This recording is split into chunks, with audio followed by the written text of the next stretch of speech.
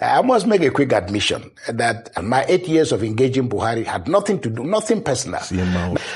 Asiwaju Bola Tinubu, our president, I've known for quite a period, for quite a period of time. What's and all, I see and I hear that we are somehow in a very difficult situation, but I see a bit of commitment to continue with this journey. And all we can do is to continue to encourage those in government.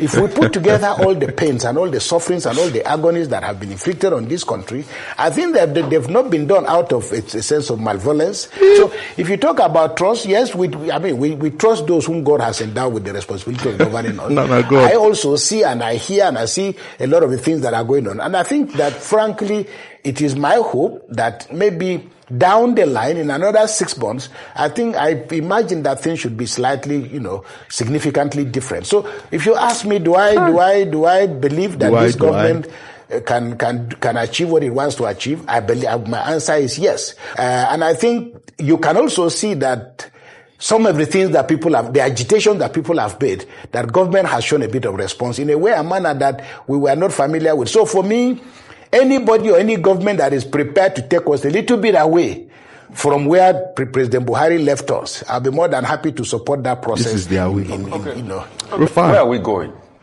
Nice one. Where do we want to be as a nation? Because we are. And you also talked about the mindset of, we keep saying, rejigging security architecture and all of that. Trillions go down the drain, but we don't really get anything out of it. I mean, these are the factors on ground. And when you look at it, you talked consistently about the things that, President Buhari did not do right. But all of those persecutions are still there today, and nothing has improved. The state of the economy, we're taking through an economic merry-go-round, and we are still where we are. Things have even gotten worse off. And you're saying we need a time for healing. When I think $1,000 for you, Rufai. I think, Rufai, no wound heals in a day. And I think that what you are doing, let me tell you, unknown to you, you have established yourself, and not only three of you, all of you who are on the talking shows and so on, you underestimate the amount of influence you have on people. You don't know the number of people you inspire, but there is a limit to how much a negative journey can take you to. The map reading business is not something that a president does. And for me, my main concern and interest is that, look, contrary to the whole expectation, Nigerians think that one day they're going to find some messiah who is going to come and I say, no, we can't have a messiah in Nigeria, because if you have a messiah, the Christians recognize him, the Muslims will not recognize him.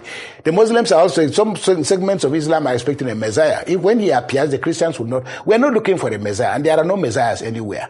I'm not an opposition politician, but I'm also opposed to things that I see government is not doing right. So if you talk about healing, quite a lot is taking place. And I'm not talking about in relation to government.